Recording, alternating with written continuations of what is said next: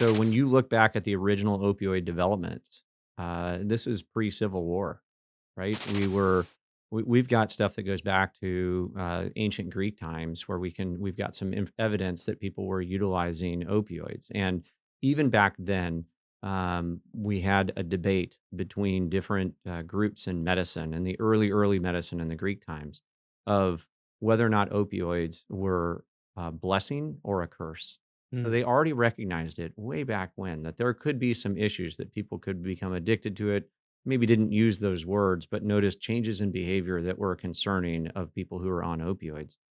And as you fast forward through time, you get into the development of morphine and some of these other drugs. How did that happen? That happened because um, we noticed as we gave people medications that they became tolerant, just like maybe something people would understand.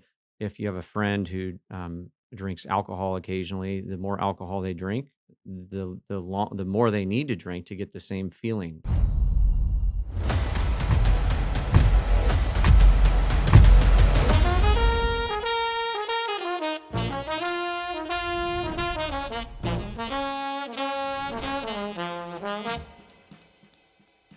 Howdy, everyone, and welcome back to Moment of Truth, the podcast of American Moment. My name is Nick Solheim. I am the CEO of American Moment, and I'm very glad to have you back with us this week. We have the great Dr. Adam Bruggeman, who is an expert on opioids and also an orthopedic surgeon. We were joking during the episode, he's like Marco Rubio. He has 5 jobs, but very interesting guy. It was actually our first time meeting, had a lot of very interesting conversations about the opioid epidemic, which I don't believe we've ever had a full episode on in this podcast. So we were very grateful to have him. I know I certainly learned a lot. I think you all will as well. So we will go now to Dr. Adam Bruggeman.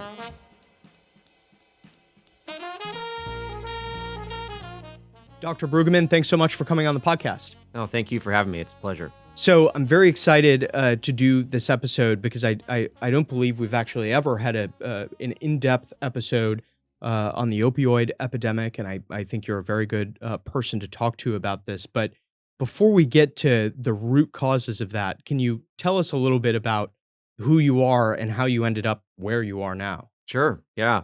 So I'm a orthopedic surgeon in San Antonio, Texas. But before I became a surgeon, I actually did my undergraduate in health policy, Hmm. and I did my master's in hospital administration, and I worked for HCA Healthcare, a large healthcare system, and then went into the practice of medicine. And so, in that period of time, I've become very engaged with not only the practice of orthopedic medicine, but I became addiction medicine specialist and became board certified in addiction medicine and began treating patients who have opioid disorders in my practice today. We still do that. And in addition, became very, very engaged in health policy as a result of all of those things. Yeah. How did you get into that? Helping people with um, opioid addictions in particular. As I specialize specifically in spine, and Okay. spine happens to be one of those areas where there's a lot of medications prescribed. Not as much in, say, knees or hips or shoulders in orthopedics, but spine becomes the big issue. And so, seeing so many patients back in the late 2010s who are on large quantities of opioids prescribed by their Yeah. physicians, we realized that really wasn't the right answer, and we needed to step in and help. Yeah. Interesting. And how big is this practice? Like how many people are you treating every year? Uh, we treat about well, twofold. We take care of about 300 patients going into surgery because we've realized it's a lot cheaper to take care of patients if we can get them at the beginning. Yeah. If I can identify patterns of behavior that may lead to long-term opioid use and patients getting ready to have surgery, we have a program that manages those patients going into surgery. So we manage about 300 patients a month going into Wow. surgery to make sure that they don't become part of the statistic, part of the people who become long-term opioid users. And on the back end, we get referred by physicians in the community for patients that are on high doses of opioids that they want to help get off of those medications and help get better. And so we work with those patients, get them down, and we might have 10 or 15 patients at any given time on in our program working on that. Yeah. And are there any other sort of institutions like this in other states where people have gotten into this sort of thing because of the kind of medicine they practice or whatever? Or are you one of a kind? I mean, I think we're really unique. My background in health policy makes me really think about how can we do this more cost effectively, Mm, right? And so we're a true outpatient clinic based, working on getting patients off opioids as opposed to your traditional process, which goes to the most expensive place, the inpatient rehab first, yeah. spends all your money in the inpatient rehab, then you work your way to an outpatient, kind of a quasi outpatient setting, and then you go to true outpatient. We want to go the other direction. What if we start at the bottom, the least expensive place? Can we help people get off of their opioids at the least expensive place? If Hmm. we can, we've saved the system a ton of money. And then getting further upstream to shut the flow off by grabbing the patients before they even start taking their first pain medication. What can we do to help them ensure that they never become a long-term opioid user? Yeah. So could you tell us again, and this is just a lack of my knowledge, but I'm sure that a lot of people listening to this don't know either. Like what does the traditional like timeline and what's involved for somebody who's trying to get off of these addictive painkillers look like? If they're Yes. going to somewhere that's not, your facility. Yeah, the traditional method is detox first. So they go to a place where there's a doctor and a nurse present, and they are immediately removed from all of their medications, and they go through terrible withdrawal. And Mm, opioid withdrawal is just miserable. And when after they go through that terrible withdrawal, then they get admitted into an inpatient setting where they'll spend, your traditional 30 days or 60 days in a controlled setting where you have no access to the outside world, and they work with counselors in group settings to get better. And we've all seen that on yeah. TV shows or movies.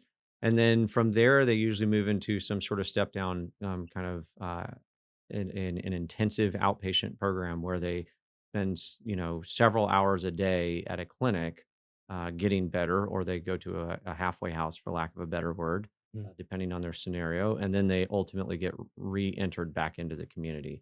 Um, I believe that a lot of these people are good people who have gotten into a bad situation and they just need a little bit of help. But I also believe that if we don't do it where they are, in their homes, in their communities, if we take them into these artificial settings, in a lot of cases, it becomes very difficult for them to ultimately retransition back into the community where they're exposed to some of the same triggers that they currently have. And so mhm. we work with them there in their regular life, going to a regular clinic so that they can hold a job, so they can do all the things that they need to do while getting help with their prescription opioids. Yeah. So what specifically in y'all's process are you doing? You're saying that you have like an outpatient system. How exactly does that work? Do they come, after they're done with work, or what is it like? Yeah, so it's clinic based, and we're a mix of both medical care and counseling care.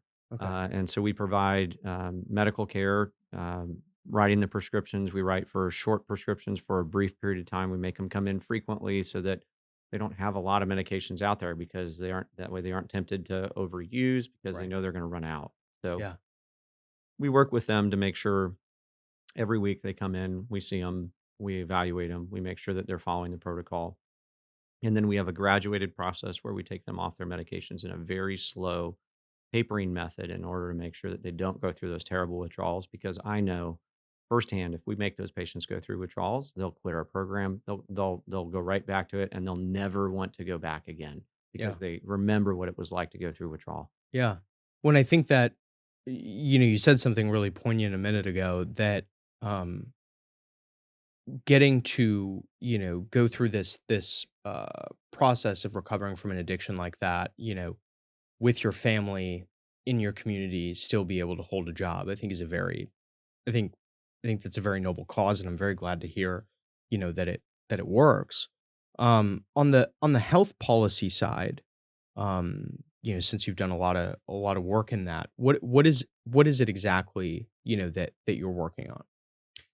So I wear many hats. I work with a Yeah. lot of different people, and I'm really focused on helping physicians and our patients do different things. And so I was an orthopedic surgeon.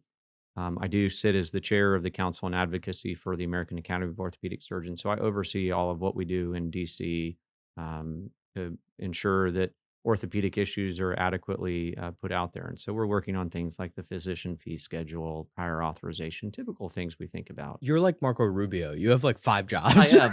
That's true. That's true. Yeah. And then Obviously that intersects with a lot of different physician issues, but prior authorization that impacts opioids, right? Being able to make sure that our physicians are getting paid for the work they do, that impacts our ability to get help patients who have opioid issues.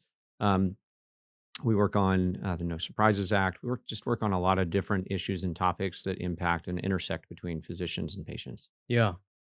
Well, I want to do a bit of a longer like diagnosis and bit of a timeline here for the opioid crisis in general. I mean, like I said, we haven't ever done an episode like this before, and I've um consumed some content about this. Like I read Empire of Pain, I think Yeah. is what it's called, which is a fantastic book. But can you give us a bit of a story as to how all of this became such a critical issue?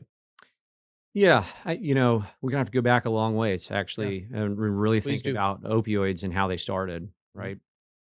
So when you look back at the original opioid development, this is pre-Civil War, right? We've got stuff that goes back to ancient Greek times where we've got some evidence that people were utilizing opioids, and even back then, we had a debate between different groups in medicine and the early medicine in the Greek times of whether or not opioids were a blessing or a curse.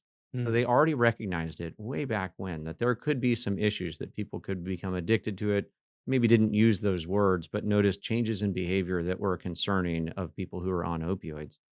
And as you fast forward through time, you get into the development of morphine and some of these other drugs. How did that happen? That happened because um, we noticed as we gave people medications that they became tolerant, just like maybe something people would understand. If you have a friend who drinks alcohol occasionally, the more alcohol they drink, the more they need to drink to get the same feeling. yeah, And feel the same way with caffeine. yeah, there you go. Uh, Exactly. And so it becomes this cyclic behavior where you're constantly having to get more and get more. And so physicians or scientists said, what we need to do is just make it stronger. If we just made the medication stronger, then people wouldn't become tolerant. And so what you see is this growing science behind making opioids stronger. And the amount of narcotics we had to give out in the Civil War, obviously, as you can imagine, with very rudimentary medicine, nothing like we have now in battlefield injury. We gave out all of this tincture of codeine for all of the people who were involved in the war, and then they went home and continued to need those medications because we didn't have the world's best care for them that we knew today. And then it just grew from there until I think, as many of us know, um, AG Bayer got their hands on opioids and ultimately was selling it in the pharmacy. You just walked up to the pharmacy and in the early 1900s you would just take it off the shelf and buy it from the pharmacist. Um, and then in the 1950s, 1960s, we have the famous Sackler family, and that's where they start to come in. And so we see two gentlemen who are heavily involved in advertising and have a great background in advertising, but also have physicians and their family. And so the Sackler family then becomes a family that ultimately purchases a pharmacy, combines their knowledge as physicians and their knowledge of advertising together to create what we know today as some of the worst opioid advertising and ultimately the long term devastation that occurred to this country as a result of that. They actually did the very first advertisements for Valium, really? and came up with ideas like um, having ads put in doctors' journals. There's all the scientific journals. They put ads in there where it would look like a letter to the doctors telling them the benefits of things like Valium, Mm, and so they were very good at finding a way into the mentality of physicians and helping them want to use certain medications, antibiotics they were involved in, but ultimately opioids as well. Um, I think the next big change was when we got to pain as the fifth vital sign. And that was instigated, frankly, by the federal government, who the group of people that were advising the federal government had many ties back to the Sackler family, back to the opioid developers, um, and were largely on the payroll of those organizations. And so we have this infiltration that we need to define pain, and that we have to, in order for a hospital to get a score, how they get paid, they have to manage a patient's pain, and getting to zero was the goal, right? Patients had to be comfortable with how much pain they were in. And we ended up in a scenario where doctors were just writing more and more pain medications because that's what we were being told we needed to do. That's how the hospitals were getting paid. That was being evaluated, and as we all know, whatever you monitor or evaluate, that will change behavior. Yeah. Um, After pain is a fifth vital sign, that's when we see oxycodone go through the roof. As soon as that came in effect, and there was a Sentinel journal article that showed that they had treated patients with opioids who were oncology patients, a very small number of patients, and it was kind of more of a footnote in the journal article that said none of them got addicted. This whole concept of getting addicted is just overblown.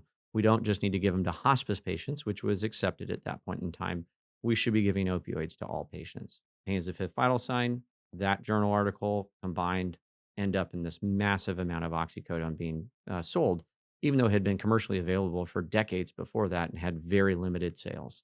Hmm. As doctors began to get comfortable with writing it, we ran into the same problem we've been running into for thousands of years, which is that patients became tolerant of their medications and they required more to keep their medication going. And so we wrote more and more and more, and it created a cottage industry. Unfortunately, we've got some bad doctors out there who did create pain mills or places where patients could not really be supervised and be given large quantities of pain medications in combination with other medications that interact with pain medications. And it spiraled out of control until the government truly stepped in the last decade and said, we've got to do something about this. We've got to get our hands around it. We've got to slow down the prescriptions that are being written. As we slow down the prescriptions, unfortunately, we all know the story now. Coming from China through Mexico comes the fentanyl trade. So again, as we work to get patients off the prescription opioids, and they're searching for the next place, the drug dealers on the streets are bringing in the fentanyl and all of the drugs, and unfortunately, that's when people start overdosing pretty dramatically. Yeah. That is an amazing oral history, and I have a lot of follow-up questions, and I suppose I'll start from where you started talking about the Greeks. Uh, and I probably should have asked this at the beginning, but where do opioids come from? Oh, good question. Yeah, so come from the opium plant, which is largely endemic to kind of Middle Eastern area. So when we were in Afghanistan, Yep. there's a lot of opium there. Um, And so the plant, the liquid out of the plant and the seed of the plant is ultimately what becomes the opium that's used, and then it can be now today most of it is manufactured. It's a chemical that's made in a factory. Yeah. And you talked about this time period between like the Civil War in the early 20th century where this stuff was a lot more readily available. Did we see any sort of epidemic to the same scale that we have now or have had in the last decade or so then when it was like when you could just pick it up off the shelf? Yeah, I mean, there was very little advertising, right? You think about back in that time, it's not like people would know. You went to the pharmacist and they might recommend something for you. We Yeah. still had a very rudimentary medical system. We hadn't gone through the Flexner report, which made all medical schools have the same training, and we had doctors coming out with these. You knew that if your doctor trained in New York or they trained in California, they got the same training. That didn't occur till the early 1900s, early 20th century. Yeah. So you went to your pharmacist, they may have recommended something or they may have told you to pick something up, but it really wasn't advertised heavily. And so we don't really have a lot of overutilization of the opioids until we get into direct to physician and direct to patient advertising that ultimately leads to the overprescribing. When you start getting like TV ads for Valium and that Exactly. sort of thing in like the 60s or 70s, I would say Yeah, would so probably be right. print ads in the 1960s on Yeah. Valium, but again, also speaking at medical conferences, putting things in medical journals, and educating doctors and pushing them in a direction to use certain medications like antibiotics and like muscle relaxants like Valium. Yeah. I think I've got a pretty good political feel for when this started to become like a very popular thing that was talked about as a problem. When do you get the sense that doctors in large amounts started to have serious concerns about this? Or have they at all really faced a reckoning? Yeah, I think that's a fair question. So we definitely see the doctors. You can follow the trends, right? We know the numbers for when prescriptions went down, right? So we see when the CDC came out and said, we shouldn't be prescribing more than a certain amount of morphine or morphine equivalent. So I should back up there. When we have all these different medications, they're all different strengths, and the milligrams don't line up. It's not like 1 milligram in one drug is the same as 1 milligram in another drug as far Mm. as how much opium they have in them or opioid they have. And so we had to have a conversion factor. And our conversion factor is you convert everything to the equivalent of morphine. So when the CDC came out and said, no more than this amount of morphine in a day per patient is kind of what we think is the threshold. It wasn't a hard and fast number, but it was a recommendation. Mhm. That's when we started to see the prescription curve come down and patients um, stopped getting the really, really high doses of narcotics, and doctors began turning over the care of that. And in return, we see the medical boards in the state level starting to call physicians up. We see the Department of Justice jump in and say, this person's running a pill mill or they're doing things that are inappropriate or prescribing medications without an indication. And that's when physicians really started to do it. But I will tell you, both in the patient advocacy community as well as in the physician community, we still have a lot of people who don't feel that there needs to be this oversight, that we should be pulling back on the number of opioids that are prescribed. Yeah. Well, so that was going to be my next question, actually. And this is really something I think about every time I go to the doctor, which is rare. But when I do, I think I realize so much, particularly through COVID, right? That, when you're growing up, you think doctors of these like universally good people, right? Like they all believe the same things. They've all, sort of like you were saying earlier. And through COVID, you kind of realize like, oh, that's actually not the case. Like there's varying opinions, between all of these doctors. What would you say, in like an estimate is totally fine, but just average, like you go to a family practice or whatever in your small town, like roughly what percentage of doctors do you think are like really care about this as an issue versus not? Yeah, I mean, I think the vast majority do. I think Okay. 80 to 90% of doctors feel that this is a problem. Um, That's great news. but I'm very glad to hear that. I do think there's a subset of physicians who really don't want it to be a problem because it impacts their practice, or feel that it's overly intrusive for the government to get involved, and that this should be between a patient and a doctor, and the doctor Yeah. needs to make that decision. Yeah. Um, yeah. I'm very glad to hear that it's that high because I really like when I go to the doctor, I just have no way of knowing, like I'm not going to ask him, how do you feel about opioids Right, right when right. you walk in there. Um, that's that's very interesting. What would you say, and I'm sure there are multiple reasons that are mixed, but why would you say that, the opioid crisis has been so highly concentrated in a certain set of areas, like in the Rust Belt, in Appalachia? I live in Appalachia, and this is something that we see all over the country, but it certainly seems like it has a higher occurrence rate in some of these places. Am I wrong about that, or No, why would you say that's the case? I mean, definitely the demographics play that out, right? I Yeah. mean, we've got the famous story of JD Vance's family and Mhm. their engagement in it that he so eloquently described in his Hillbilly Elegy Yeah. book. This, the truth is that opioid addiction itself crosses all demographics. Mhm. Doesn't matter if you're rich or you're poor. Doesn't matter if you live in the city or you live in the country. We see people every day who come from every walk of life who are impacted by it. Um, I think, like with many things in healthcare, there are some inequities towards people who are coming from lower income areas, or people who come from rural areas. We just don't have the level of care in some of those communities that we do in the bigger cities, and or in the more affluent areas. And unfortunately, that can lead to some inequities into the total amount of care they receive, the knowledge of the type of care they receive, and the types of doctors who are willing to go into those communities. Not every doctor wants to go into those communities. When you look at when doctors graduate, where do they tend to migrate towards? They tend to go towards larger communities. They tend to avoid rural areas.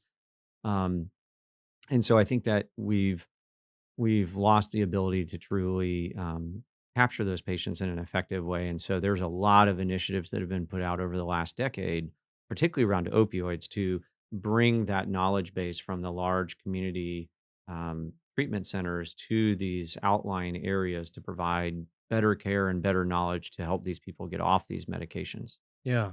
You said something earlier about how managing pain was a large part of how hospitals got paid. Could you talk a little more about that and about how in these areas, like how the incentive structure worked that got us into this situation?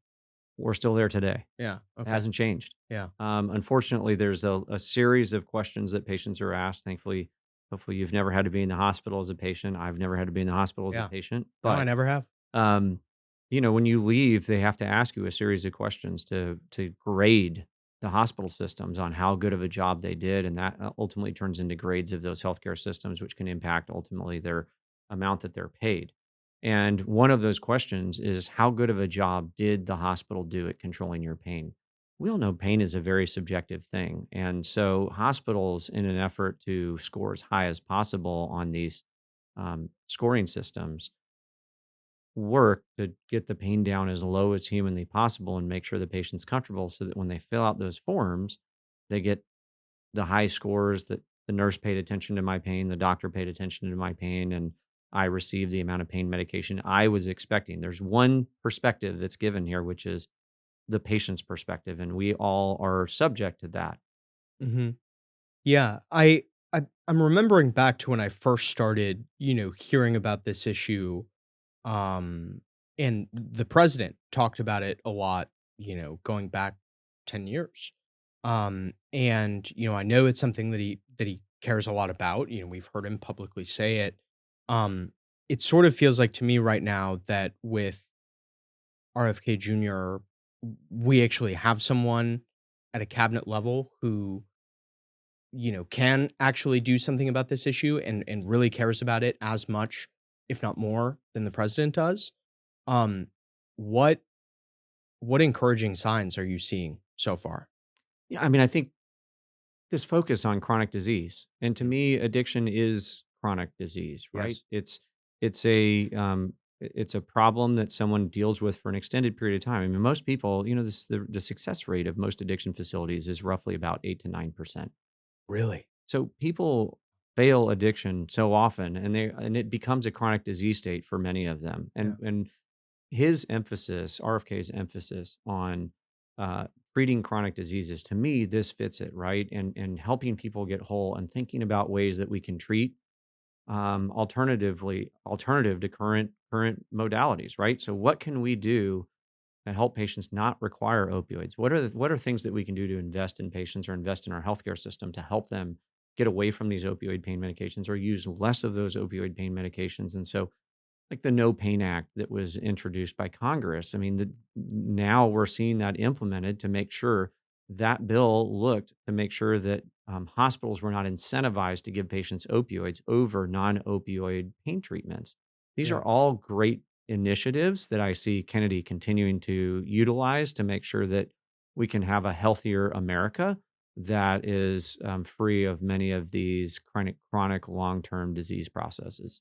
Yeah, I can think of one particular upside to not using a non-opioid pain medicine, which is you don't get addicted to it, hopefully. But beyond that, like, can you tell us a little bit more about what that market is like? Sure. I mean, it's an emerging market. Yeah. So we have some tools inside the operating room. We're hearing about our anesthesiologists. We used to always give a lot of narcotics in your IV, a lot of opioids in your IV when we put you to sleep and did surgeries. Now, our anesthesia teams are looking through ways that they can give you some non opioid medications before surgery so that they don't require opioids during surgery. And that hopefully does not set the body up or prepare the body for Yeah. requiring more opioids. And then inside the operating room, inside the operating theater, we have medications that we can use in the surgical field, in the area where we're doing surgery, to deliver long-acting numbing medications in order to prevent patients from requiring as many narcotics because they don't feel it, or doing blocks to block the nerves to the area where we're doing the surgery so they don't feel as much pain. And then the postoperative period, there are great drugs that are coming out on the market today that are alternatives to opioids. One just recently approved being Jernavix, but others in development where they're looking at using different channels. And not to get terribly detailed, but there are receptors in our body that are specific for opioids, and they interact with many parts of our body. They interact with our brain, they interact with our addiction center in our brain, but they also interact in pain areas. And then another obvious one is they interact in our gut. Right. That's why people get constipation when they're on opioids, and that's why now you see ads for drugs to help people who are on chronic opioids get over their constipation. Yeah. So Give you drugs to deal with the other drugs drugs. that you're on. Exactly. But these other drugs that we're looking at try and work through the pain pathway, but finding other receptors to work from that don't have the same locations of their other receptors, meaning they're not also in the brain impacting the reward system that we have in our brain. They're not Mm. also in the gut impacting our ability for our gut motility. And so we're looking at some of these other channels that we might be able to go through, these other receptors that would allow us to treat pain without having the unfortunate side effect of the addiction. Right.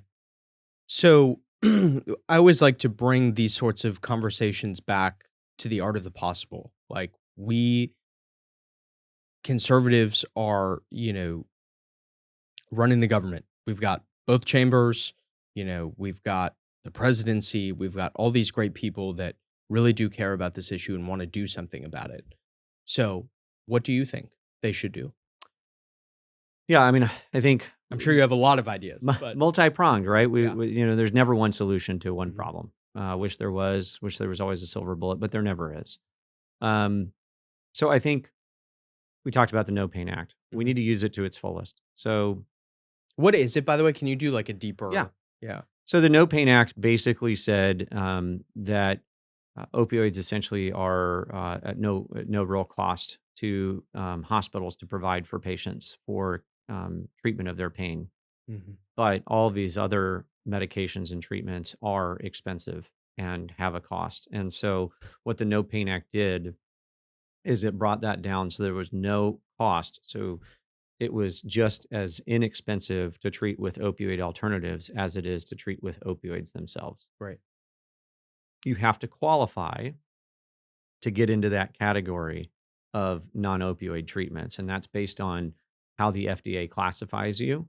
And so what we're going to need is the FDA to work hand in hand with CMS, who determines which ones are on the list, to ensure that the way the FDA is classifying our drugs matches with what the CMS is using to determine which drugs count or which interventions count as non-opioid alternatives, to make sure that there's no financial incentive for doctors to be told by the healthcare systems, I know you really want to use that, but it costs us money. And we hear that all the time. Yeah. Can we just use this other thing that's cheaper? And so one aspect is to help us on the CMS FDA interaction to ensure that they're communicating and we're working to get as many treatments through the FDA process, and then having the CMS be broad enough in its definitions to ensure that those treatment options are being allowed to be used. And any other things aside from that that you think are worth taking a look at? Yeah, absolutely. I think we talked about the hospitals being created based on pain scores. Is that we really need to think hard about whether or not we want to continue to incentivize or reward uh, that behavior, which is using high levels of narcotics to help patients get into very low levels of pain. Is that appropriate? I tell all my patients, I haven't invented pain free surgery yet. Yeah. Unfortunately, you're going to have some pain after this procedure, and that's normal. And we need to normalize some of this recovery and healing process. And to the extent we can come up with opioid alternatives to help that, great. Mhm. But we need to normalize that. And we probably need to work on not incentivizing hospitals to get patients to 0 out of 10 pain, which usually means high quantities of opioids. Yeah. No, I think that's right. Um, are there any I guess I'm gonna take both ends of this question, like, any states that have implemented any policies that you think are really good and helpful, and any states that have enacted policy that has made the problem worse? I think As it relates to some of these opioid alternatives, Yeah. I think obviously every state has the right to do whatever it wants with its Medicaid plans Mhm. and its state healthcare plans. And so they're making those decisions. And so certainly states like Texas that are allowing these drugs to be covered for their Medicaid patient populations and for their under their state beneficial benefits plans, that's very important for us because I can write the medications and my patients receive them. But my colleagues in California, for instance, Mm. that California is not allowed a lot of these medications onto their formularies. And so California physicians, California physician extenders like PAs and nurse practitioners are not allowed to write the medications because it's not being covered and it becomes too expensive out of pocket for the patients to cover them. Do do we know why that's the case? Like, why a state like California would not want something like that when it's, dealing with a massive drug addiction problem across, like, multiple kinds of drugs? Yeah, it's tough to know. I mean, one would think, well, maybe it's a political thing. But when you look across the states that have approved these drugs and ones that haven't, it doesn't appear to be a red state or a blue state or a purple Yeah. state. It's kind of like there's a mix of everything on both sides of this. There's red states that have not approved it. There's blue states that have approved it. And so it's not consistent. We it's unclear, and obviously state politics are so unique and they're so local, but we've got to fight at a federal level and at a state level to make sure that happens. Yeah. Do you get a sense that any of the companies that have produced or continue to produce today, these addictive opioids feel any remorse? Gosh, I mean, you want to think they do, and then at the same time, when you see the opioid settlements, you kind of see them trying to write themselves out of like, "Hey, we won't be sued. We can't. You have no civil action Yeah. against us. You can't do any of these things." So, I think you know a lot of the people who started those companies have deceased or are no longer really in control of the companies, and so we're talking about descendants of the Yeah. original people who kind of pushed the opioids back in the day. Um, I think some of the family members certainly do. I mean, and I think some of the family members maybe don't as much based on some of the popular press stories we've seen. Yeah. But I think they owe it to the public to reinvest in finding alternatives and solutions and investing in nonprofits or organizations that are working to solve this problem. Hey, I'm not necessarily saying you now, the second generation, has to, pay for the sins of your father, but at this point in time, you can electively choose to engage and donate your money and donate your, all of your stuff instead of just putting your name on art museums. Why don't we take that money and put it into solutions to help patients get off these chronic medications? Yeah. Do you think it should I don't know if I have an answer to how I feel about this question, and it's because I don't know enough about, the science, but do you think opioids should be able to be produced in the United States at all? Like, do you think we should allow it? Boy, I think just I'm the kind of person that wants to have control, right? And Yeah. I think this administration's on the same page as me, right? The last thing we want to see is all the opioids to be made overseas, and then we get into a conflict and we don't have access to them, or Right. COVID happens and we don't have access to them. So Oh, more sorry, clarifying my question. More what I mean is like, do you think it should be like legal for doctors to prescribe oh, them? yeah.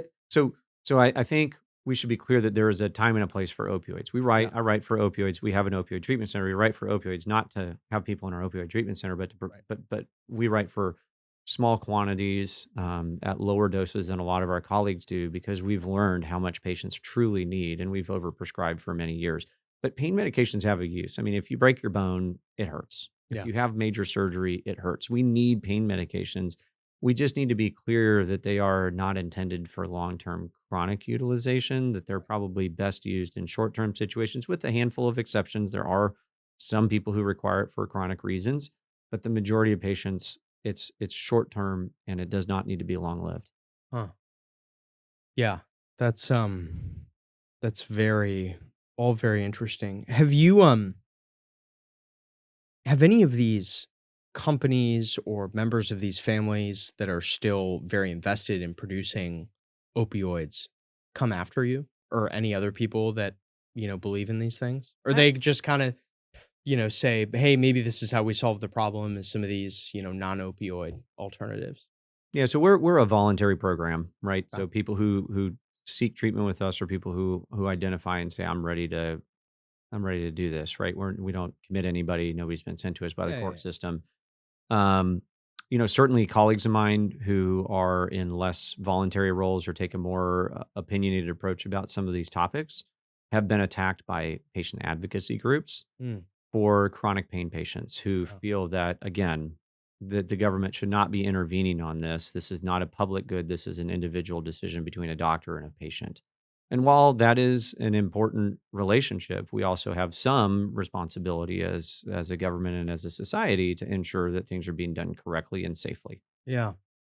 And where do you hope things will be on the opioid crisis, say like 10 years from now? Like what's the best case, outcome of some of these policies that we're hoping to implement now?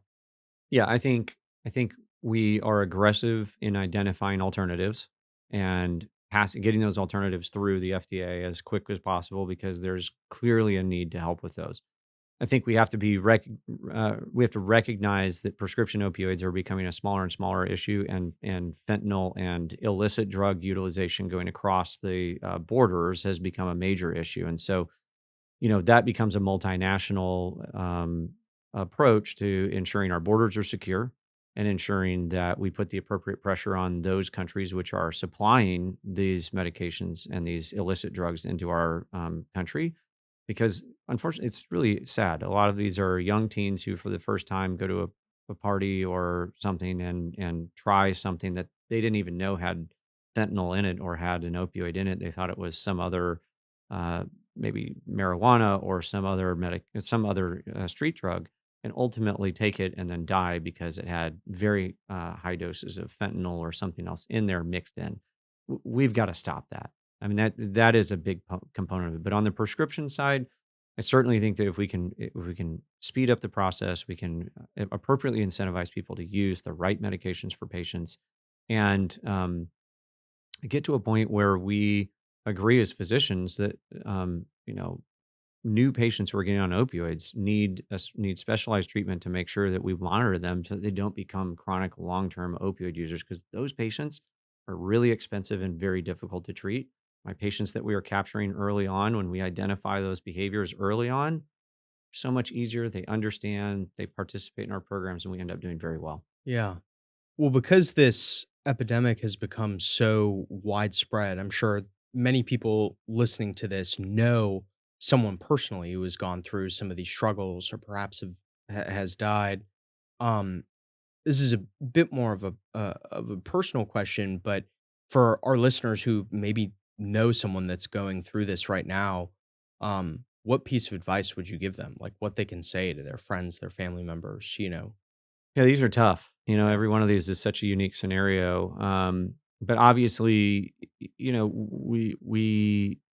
got to embrace your family and friends. And my statement that I always tell people is, you got to meet them where they are.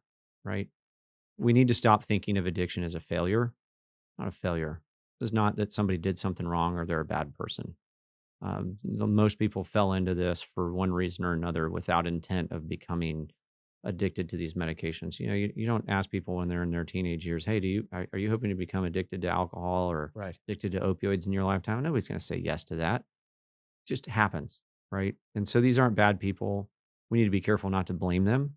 We need to be careful we need to be ensure that we're providing them support and the support that they need. And every person's unique, and identifying what it is that they need and ensuring that they get the help that they really need. And so it's got to be somebody they trust.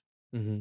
It's got to be somebody that they believe is there to help them, because people are generally defensive when it comes to these first conversations, and don't truly believe that they have a problem or don't want to believe that they have a problem. And so it's got to come from their trusted family members and friends that they believe have their best interests at heart. Yeah. That's a good word. Where can people keep up with you and the work that you're doing? If they want to read more about what you think about all of this stuff, you could plug all five of your jobs Yeah. if you want. Sure. Yeah. So, our opioid treatment center is called New Hope, and it's NUHOPE. We're happy to engage or talk to anybody about it. I'm on Twitter. I'm on LinkedIn. Just my name, Adam Bruggeman. Right. It's hard to spell, so I apologize, but yeah, I'm online and I'm happy to answer any questions. We're going to continue to fight for patients, and our patients are our first priority, and we have to hold their best interests at heart. And so I will always be online. I will always be pushing. I'm glad to have an administration that wants to walk hand in hand with us and fight these major issues that we just honestly have kind of put on a back burner for many years, and we need to address, and we need to be aggressive about, and we need to make better. Great. Well, thank you so much. We appreciate it. Thank you.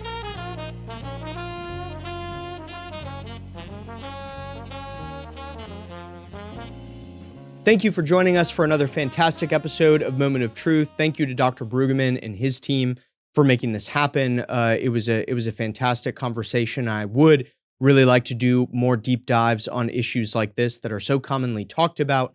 But we can finally have people on the show who have, real solutions and ideas for how we can handle these problems. So I thought that was fantastic. I'm going to try to bring you more great podcast guests like that. So thank you very much for tuning in, and we will see you again next week. Moment of Truth is an American Moment podcast taped at the Conservative Partnership Campus Studios and is produced by Jake Mercier and Hunter Smith, with original graphics and title cards by Jared Cummings. Our intro song is A Minor Struggle by Ryan Serenich, and our website is americanmoment.org.